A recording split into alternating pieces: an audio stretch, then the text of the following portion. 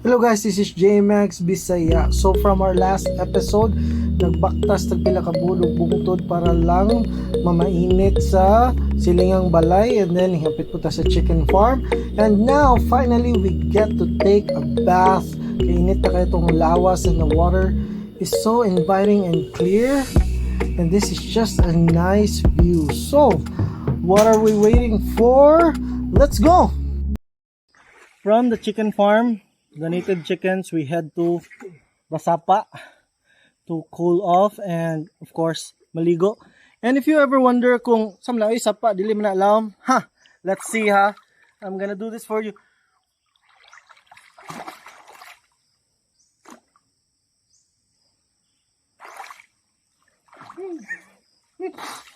I can't reach it. About 9 feet. 9 feet. So nice.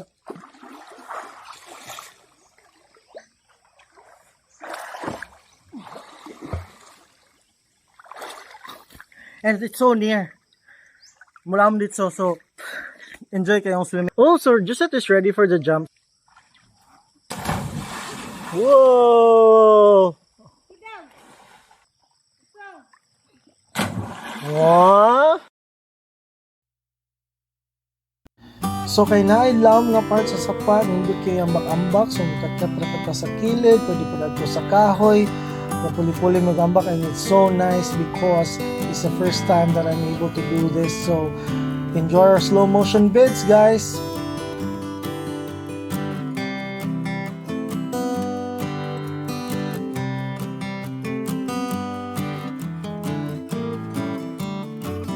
So because we enjoyed a lot, we decided to go upriver to check the waterfalls. Here, so we're gonna go from the sapa to the water basin, so which is deeper. So we'll check it out definitely. And then there's a swim pool. Would you want this? Are you sure? No.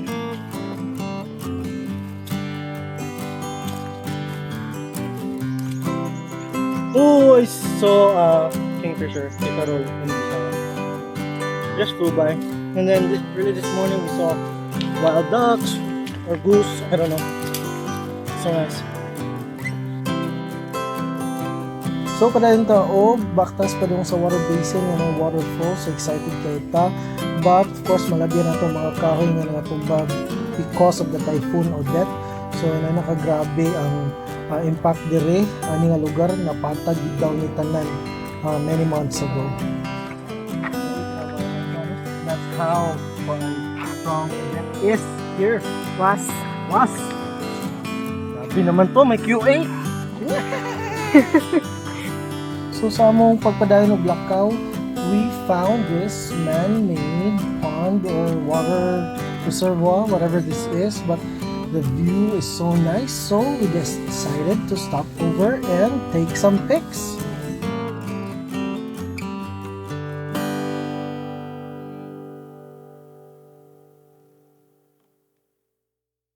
And after 45 minutes of hiking and trekking pasaka padnaog sa mga bungtod ug bod, finally we're here, guys.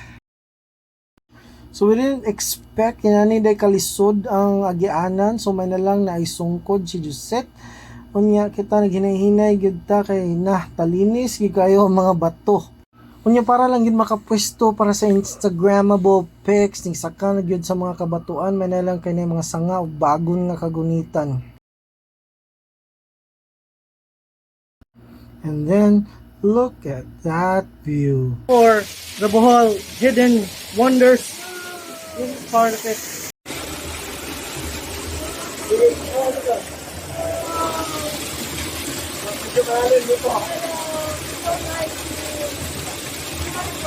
Yeah, let's go there.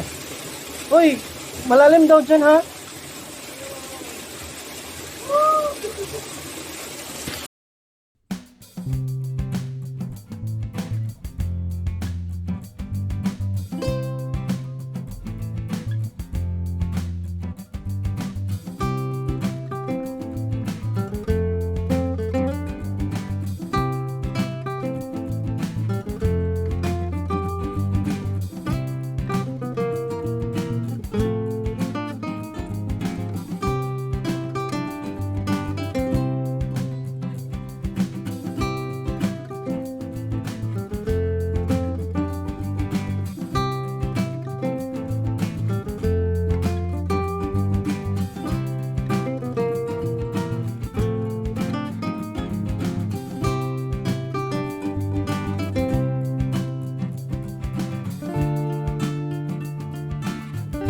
So, anong Gisette?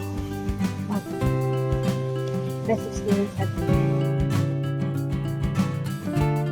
Mm-hmm. This is not even the famous tourist spot here in Dubai, but all I can say is wow. It's better because it's still Look what I got. virgin. Suso? This is it. Oo. Should I show it? There. Here, okay.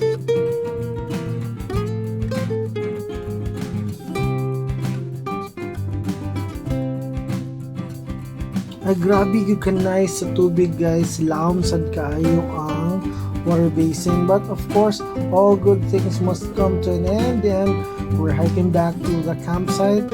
Feel na sad na mo ang kainit, but at least nakaligo kita. Very fresh at umamati. So, Bohol is famous for their chocolate hills, right? For me, this is Ubay's version of the chocolate hills. And I don't know, I think it's way better, right? What do you think? It is. Like, you have the sapa, you have the rice fields, very accessible. Like, you just walk a couple minutes and then you're there. You go to the waterfalls and everything. So nice, guys. Yeah.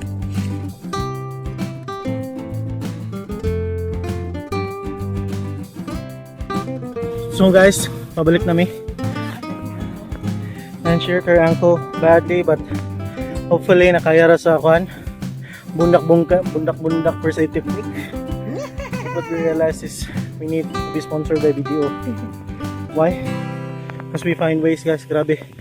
We just traversed tall grasses.